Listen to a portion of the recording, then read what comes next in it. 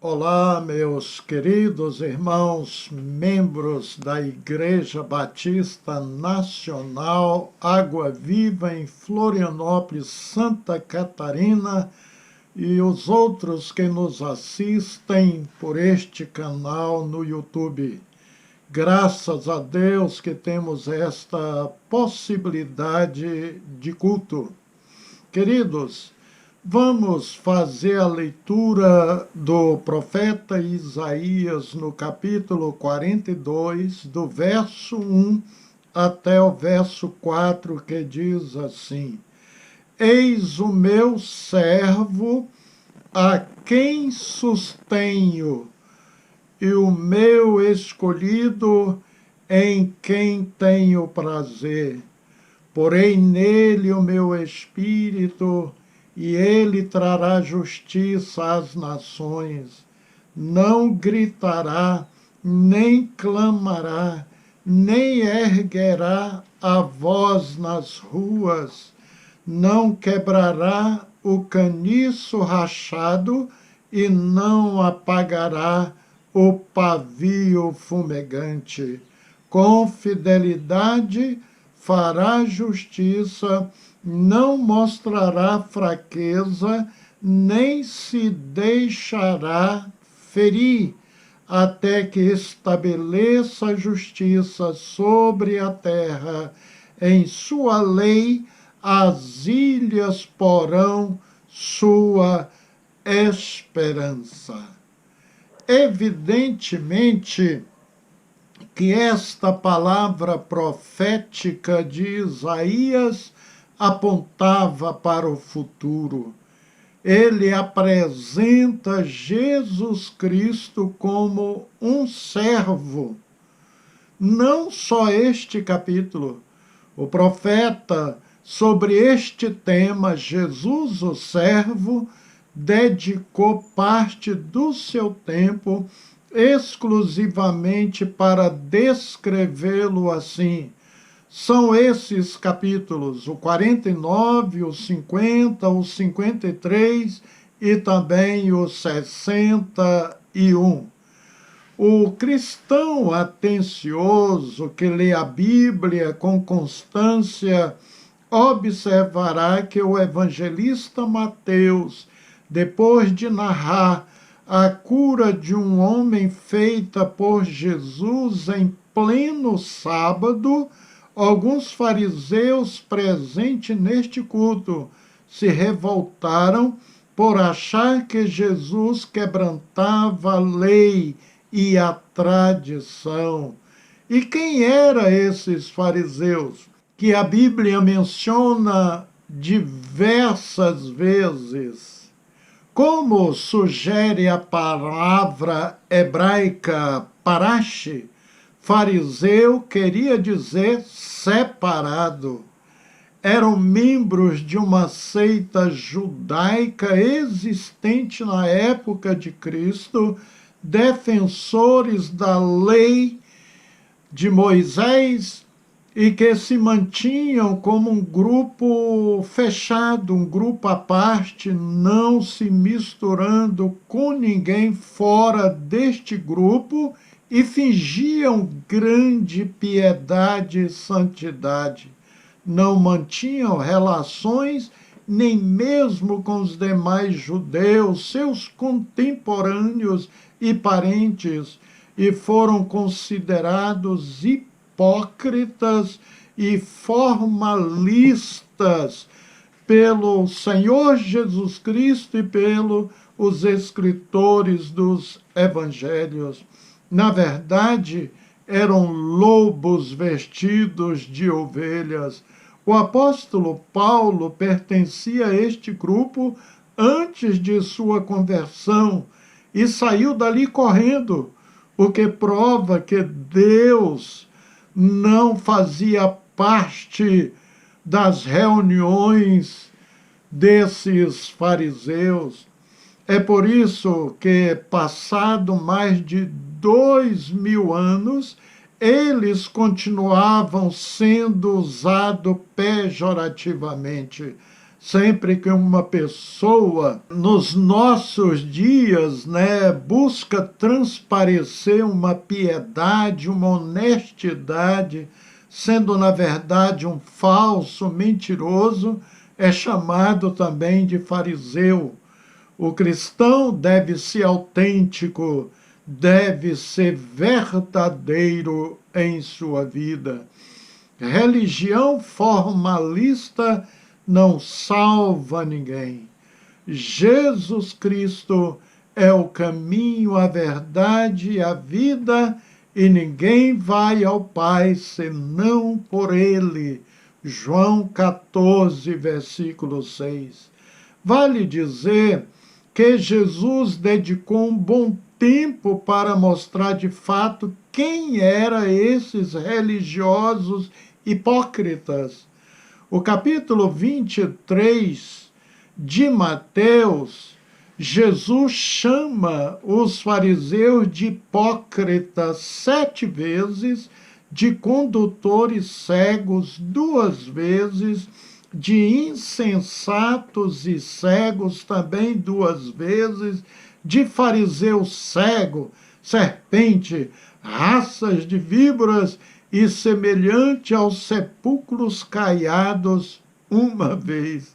E também Lucas, no capítulo 11, versículo 38 ao 51, eles foram chamados de loucos e hipócritas. Em Mateus 23, 3, Jesus disse: praticai tudo o que vos disserem, mas não procedais em conformidade com as suas obras, porque eles dizem e não praticam. Ou seja, eram bons pregadores, gostavam de mandar e exigir, mas não praticavam os seus próprios ensinos. Enfim, não possuíam a credencial, o exemplo, o testemunho de vida. Então, amigos, Jesus os conhecia perfeitamente.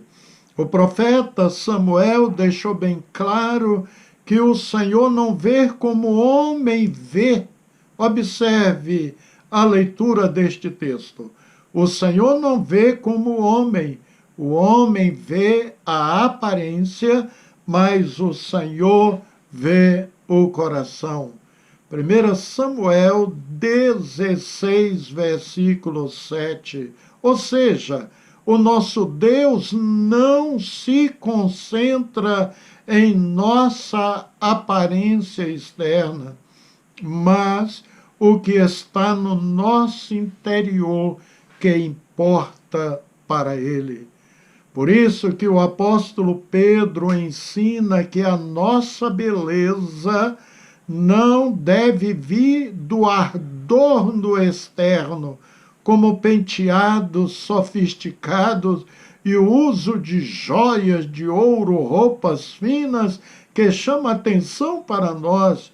Pelo contrário, a beleza deve vir de dentro e deve consistir de um espírito manso e tranquilo.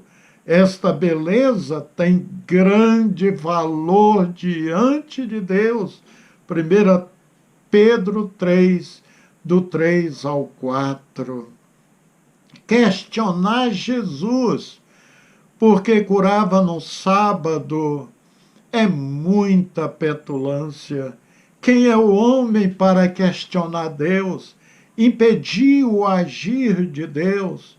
Com razão falou o profeta Isaías: agindo Deus, quem impedirá? Isaías 43, 13. E por curar no sábado, esses santarrões legalistas começaram a arquitetar um plano para matar Jesus. Vamos ver isso em Mateus 12, do 10 ao 14, que diz: E estava ali um homem com uma das mãos atrofiada, procurando um motivo para acusar Jesus. Eles lhe perguntaram: é permitido curar no sábado? Ele lhes respondeu: qual de vocês, se tiver uma ovelha e ela cair num buraco no sábado, não irá pegá-la e tirá-la de lá? Quanto mais vale um homem do que uma ovelha. Portanto, é permitido fazer o bem no sábado. Então ele disse ao Senhor: estenda ou seja, Jesus disse àquele homem: estenda a mão. E diz a Bíblia que ele estendeu, imediatamente foi restaurada a sua mão, ficou como a outra. Maravilha! Então os fariseus saíram e diz a Bíblia que começaram a conspirar como poderia matar Jesus. E os versos 18 e 24 conclui: isto aconteceu para se cumprir o que foi dito pelo profeta Isaías. Os irmãos lembram que eu li no início? Eis o meu servo a quem escolhi, o meu amado em quem tenho prazer. Porei sobre ele o meu espírito, e ele anunciará justiça às nações.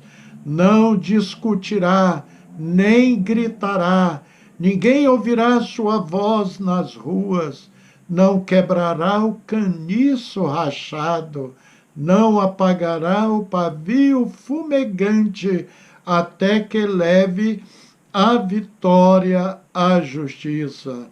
E em seu nome as nações porão sua esperança. Então, levaram-lhe um endemoniado para que Jesus o curasse. E diz a Bíblia que esse endemoniado era cego e mudo também. E de modo que Jesus o curou, e diz a Bíblia que ele pôde falar e ver. E todo o povo ficou atônito e disse: não será este o filho de Davi? Mas quando os fariseus ouviram isso, disseram: é somente por Beelzebu, o príncipe dos demônios, que ele expulsa demônios. Incrível, né, queridos irmãos? Como que um grupo, dizendo ser um grupo de Deus, que amava, que protegia a lei de Moisés, chegou a acusar Jesus duramente. Então, observaram que a advertência do profeta Isaías, que eu li no capítulo 42, de 1 a 4, é citado por completo no livro de Mateus, que acabamos de ler. Jesus foi um servo literalmente em favor da raça humana. Está escrito em Marcos 10, versículo 45, pois também o Filho do Homem não veio para ser servido, mas para servir e dar a sua vida em resgate de muitos. E o servo é manso. Observem que Jesus cumpriu o texto de Isaías: não esmagará nenhuma cana machucada, tampouco extinguirá qualquer mecha fumegante, até enviar justiça com bom êxito. Mateus 12, 20, Isaías 42, 3. Sabemos, queridos irmãos, que a cana de junco costuma crescer às margens de algum riacho, açude ou fonte de água que mantém o lugar sempre úmido. E essa cana é uma planta frágil. Basta um pouco de falta de água e ela seca imediatamente. Se falarmos em cana machucada, é porque é mais fraca ainda. E para fazer uma obra de arte, como um cesto, uma cadeira, precisa machucá-la mesmo, conforme podemos ver nessas imagens.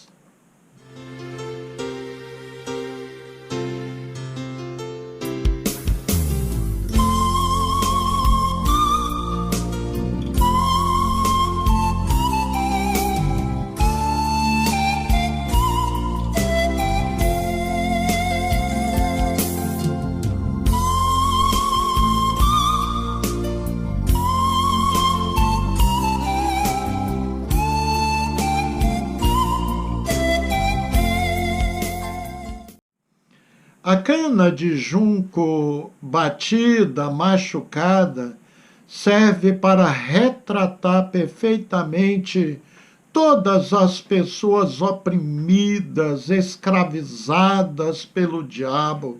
Serve para retratar também os enfermos, como o homem com a mão atrofiada que Jesus curou no sábado, o que foi razão de discórdia entre os legalistas fariseus, como explícito no texto de Mateus, capítulo 12. O versículo segue e faz referência profética à mecha de uma lâmpada acesa, como eu li em Isaías 42. Novamente vamos ler. Não esmagará nenhuma cana machucada, tampouco extinguirá qualquer mecha fumegante, até enviar justiça com bom êxito.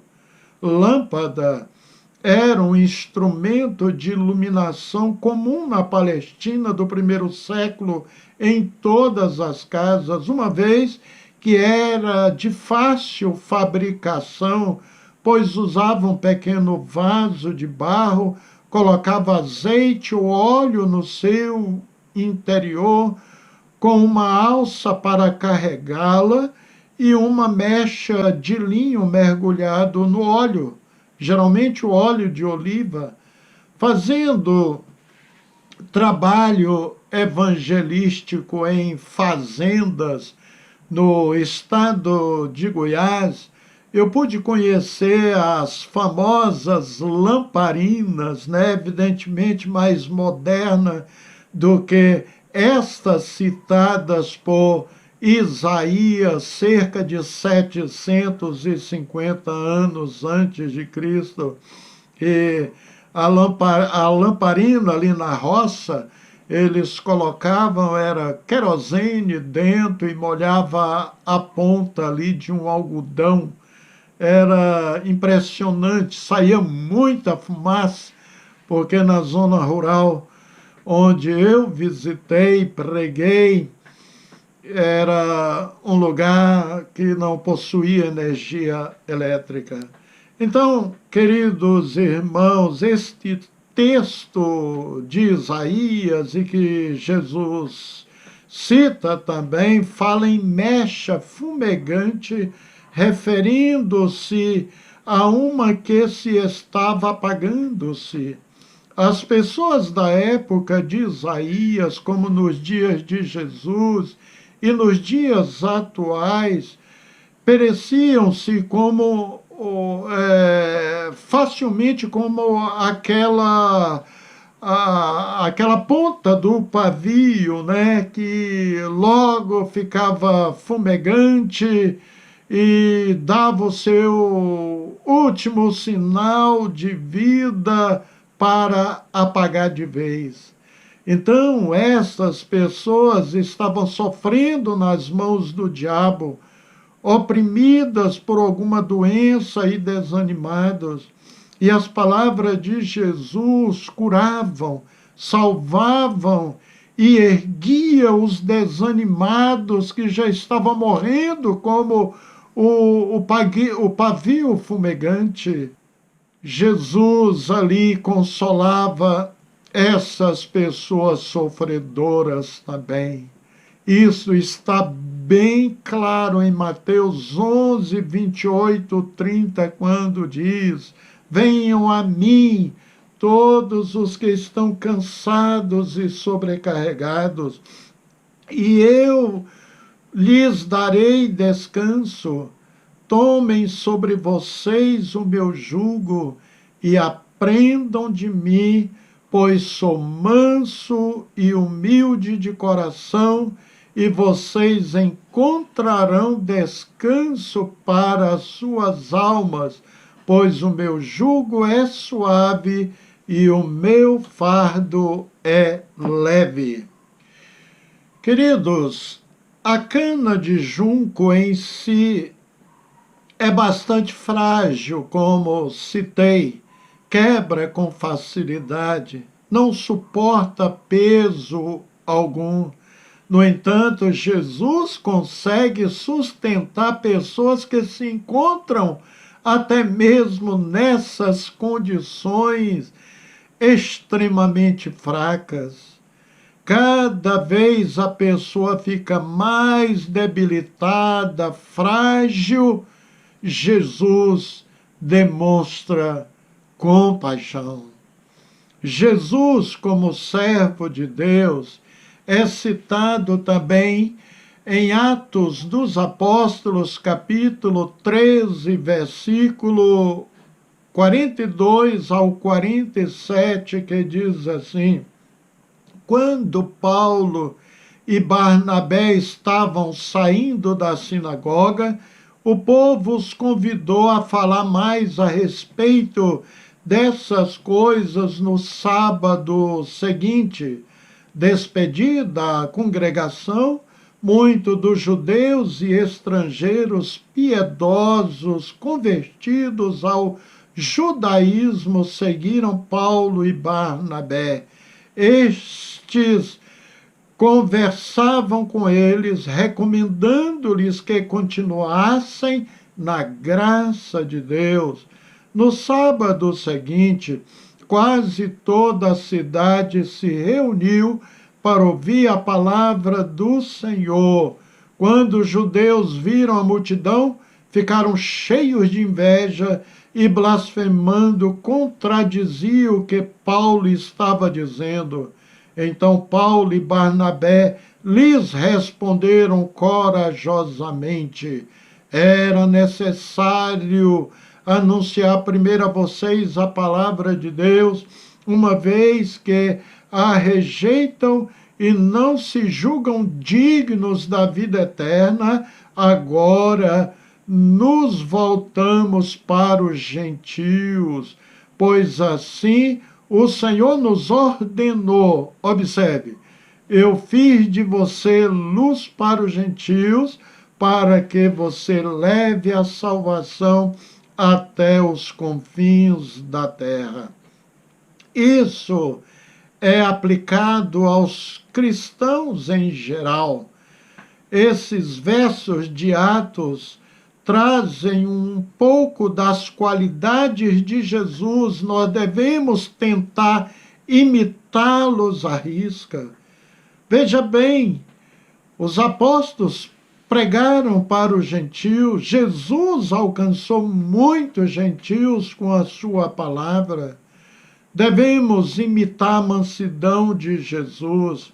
Paulo explica a postura que devemos ter ao corrigir um crente faltoso, lá em 2 Timóteo 2, do 24 ao 26, está escrito: ao servo do Senhor não convém brigar mais.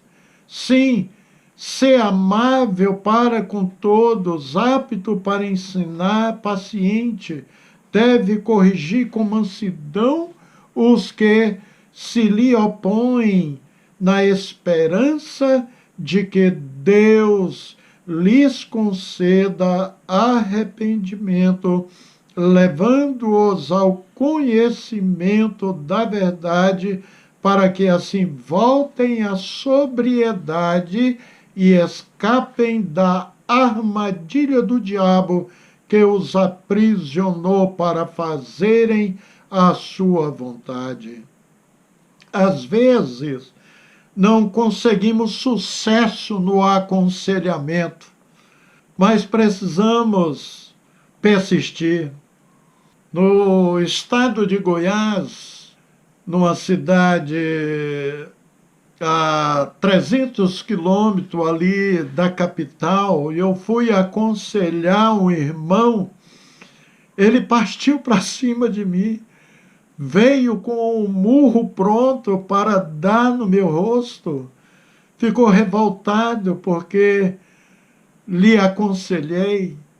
Em Araguaína, no estado de Goiás, também um diácono e tesoureiro de uma igreja, da igreja a qual eu fui pastor e fundador pelas misericórdias de Deus, ele havia espancado a sua esposa ao ponto dela ficar com o olho roxo. E eu fui lá na marcenaria dele falar: irmão, o que é isso? Você espancou sua esposa no lugar de amá-la, honrá-la? O que é isso? Aí comecei a citar a Bíblia para ele. Sabe o que ele fez? Ele levantou da cadeira, pegou um porrete que ele tinha ao lado ali da cadeira que ele estava e falou: saia daqui, senão eu quebro a sua cabeça com este pau. Não desejei mal a ele, orei por ele, chorei na presença dele, saí da sua marcenaria ali muito angustiado com aquela situação, porque eu pude perceber que ele era um cristão violento, ou seja, que de mansidão de Deus não tinha nada. E, amigos, eu orei por ele, pedindo que Deus tocasse no coração e ele se arrependesse, reconciliasse com a sua esposa, com a sua igreja. Lamentavelmente, uma vez ele foi na zona rural tirar um caminhão de toras de madeira que estava atolado, era um dia chuvoso, e sabe o que aconteceu? Ele foi tirar as toras de madeira do caminhão com uma alavanca, e quando ele abriu as toras, escorregou e caiu no meio ali daquelas toras. E, infelizmente, as toras prenderam a sua cabeça ao ponto de esmagá-la totalmente. Uma cena horrível de se ver. Incrível o que aconteceu. Queridos, então às vezes não temos sucesso no aconselhamento. Não queremos que crentes ou nossos parentes se percam, por isso insistimos para que não vão para o inferno. Observe o texto de Judas, versos 22 e 23. Tenham compaixão daqueles que duvidam, a outros salvem-nos, arrebatando-os do fogo, a outros ainda mostrem misericórdia. Jesus mostrou bastante paciência ao amar aos fracos, mas ele falou bem forte com os soberbos líderes religiosos, como eu mostrei aí o caso dos fariseus, que viviam cheios de orgulho religioso, e quem sabe que alguns tenham se salvado depois das advertências de Jesus, espero. Para dizermos que somos cristãos de fato, temos que imitar a vida e as qualidades de Jesus, que imitemos a Ele cada vez mais, até que um dia sejamos como Ele. Em 1 João 3, versículo 2 e 3, é bem claro este ensino. Ele é a propiciação pelos nossos pecados, e não somente pelos nossos, mas também pelos pecados de todo o mundo. Sabemos que o conhecemos se obedecemos os seus mandamentos. Você obedece? O capítulo 42 de Isaías que estudamos é conhecido como cântico de salvação do povo citado ali por Isaías. E observe o verso 10. Cantem ao Senhor um cântico novo, seu louvor desde os confins da terra, vocês que navegam no mar e tudo que nele existe, vocês, ilhas, todos os seus habitantes, louvem ao Senhor. Alguns salmistas usaram a frase de Isaías. Por exemplo, no Salmo 96, 1:3 disse: cantem ao Senhor um novo cântico, cantem ao Senhor todos os habitantes da terra, cantem ao Senhor, bendiga o seu nome, cada dia proclamem a sua salvação, anunciem a sua glória entre as nações, seus feitos maravilhosos entre todos os povos. E agora o Salmo de número 33, 3. Cantem-lhe uma nova canção, toquem com habilidade ao aclamá-lo. Também o Salmo 40, versículo 3. Pôs um novo cântico na minha boca, um hino de louvor ao nosso Deus. Muitos verão isso e temerão e confiarão no Senhor. Não só na boca do salmista Deus pôs um novo cântico, né, queridos? Mas pôs também um novo cântico nos nossos lábios a partir do momento que passamos a caminhar com Jesus Cristo, o Senhor. Observe o que vai acontecer conosco no futuro, lá no céu. Apocalipse 5, versículo 9 diz: e eles cantavam um cântico novo. Tu és digno de receber o livro e de abrir os seus selos, pois foi morto e com o teu sangue compraste para Deus homens de toda tribo, povo e nação. Aleluias, aleluias.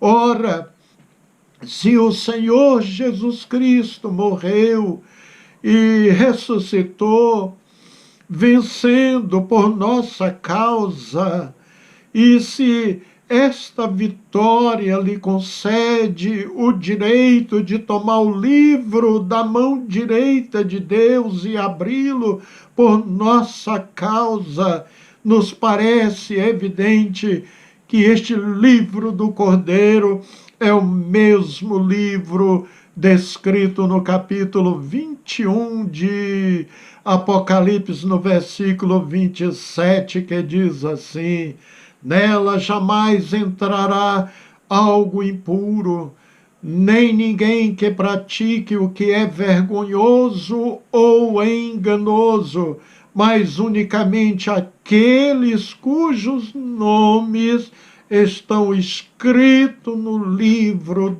do Cordeiro. Aleluia! Este livro é chamado o livro da vida do Cordeiro. E é neste livro que estão os nomes dos salvos, razão pela qual só pode abrir aquele que foi morto e com seu sangue comprou para Deus homens de toda tribo, língua, povo e nação. O livro da vida contém os nomes de todos os que estão destinados para a vida eterna. E todo aquele que não foi achado inscrito no livro da vida foi lançado no lago de fogo. Apocalipse 20, versículo 15. Faço uma pergunta importante para você, amigo.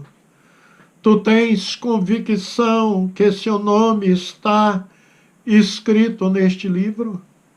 Como pastor, já fiquei surpreso de ver até seminarista, cristão antigo, que revelaram não ter convicção, certeza da sua salvação.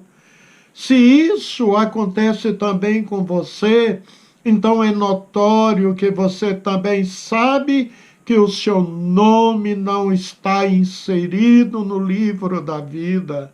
Mas o que fazer? Aceita em sua vida Jesus Cristo enquanto é tempo. Enquanto você tem vida, está vivo, a esperança de entregar sua vida a Jesus e viver intensamente, diariamente, a vida cristã autêntica. Lembra-te que os fariseus mencionados aqui não eram salvos, viviam uma vida de hipocrisia, de aparência, no que se refere às coisas espirituais. Aquele moço que eu citei para os irmãos, que espancou a sua esposa e morreu tragicamente. Ele morreu no período que ele estava irado comigo, como pastor, conselheiro dele, portanto, irado também com Deus. Não deu tempo dele acertar sua vida. Então, amigo, você tem chance de entregar sua vida a Jesus Cristo neste momento. Fale com Ele agora. Peça para Ele entrar no seu coração. Implora isso. Em nome de Jesus Cristo, eu conclamo a você a fazer isso. Amém? Oremos ao Senhor. Deus de imensa bondade e misericórdia, somos gratos, mas muito gratos, pela salvação conquistada em Cristo Jesus. Como servo, teu Filho veio padecer em nosso favor, dar sua vida em resgate de muitos, e o convite do Senhor permanece até os dias atuais. Venham a mim todos os que estão cansados e sobrecarregados, e eu vos aliviarei, vos darei descanso. Tomem sobre vocês o meu jugo e aprendam de mim, pois sou manso e humilde de coração, e vocês encontrarão descanso para as suas almas, pois o meu jugo é suave, o meu fardo é leve. Ajuda aqueles que ainda estão em dúvida quanto à salvação de suas almas. Deus, salva estas vidas, que o Senhor possa escrever os seus nomes no livro da vida, em nome de Jesus Cristo. Amém, amém. Queridos, um forte abraço e que Deus os abençoe ricamente até o nosso próximo encontro, se Deus nos permitir.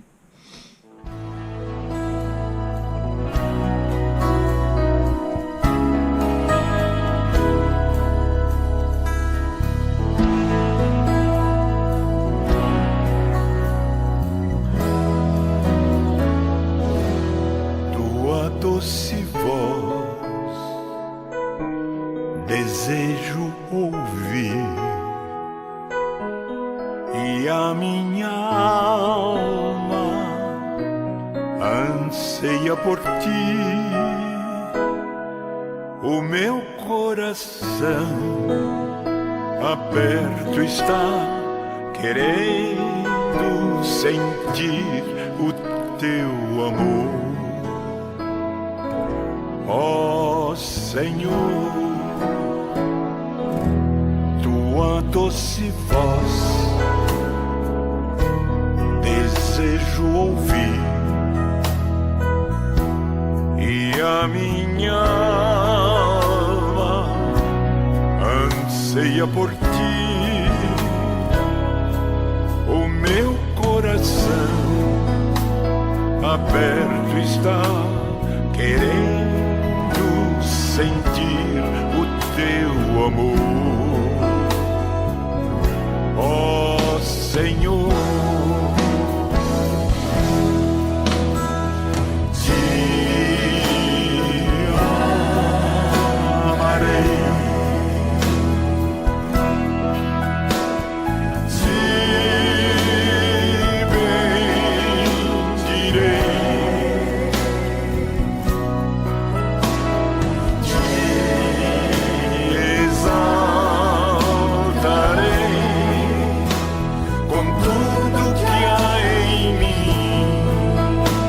para todo sempre. Amém. Tua doce voz desejo ouvir, e a minha alma anseia por ti. O meu coração aberto está, querendo sentir o teu amor. Ó Senhor,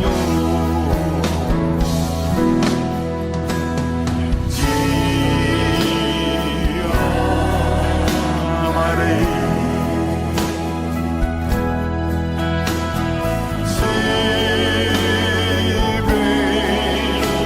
bendirei,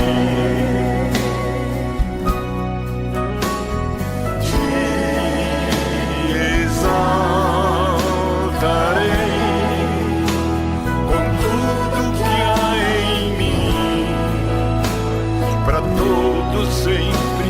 Amém. Te amarei, te bendirei, te exaltarei com tudo que há em mim, para todo sempre. Amém. Te amarei,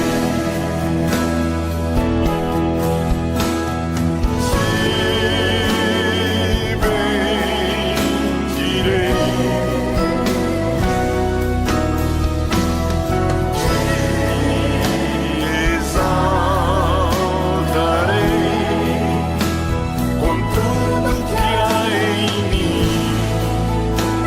para todo sempre.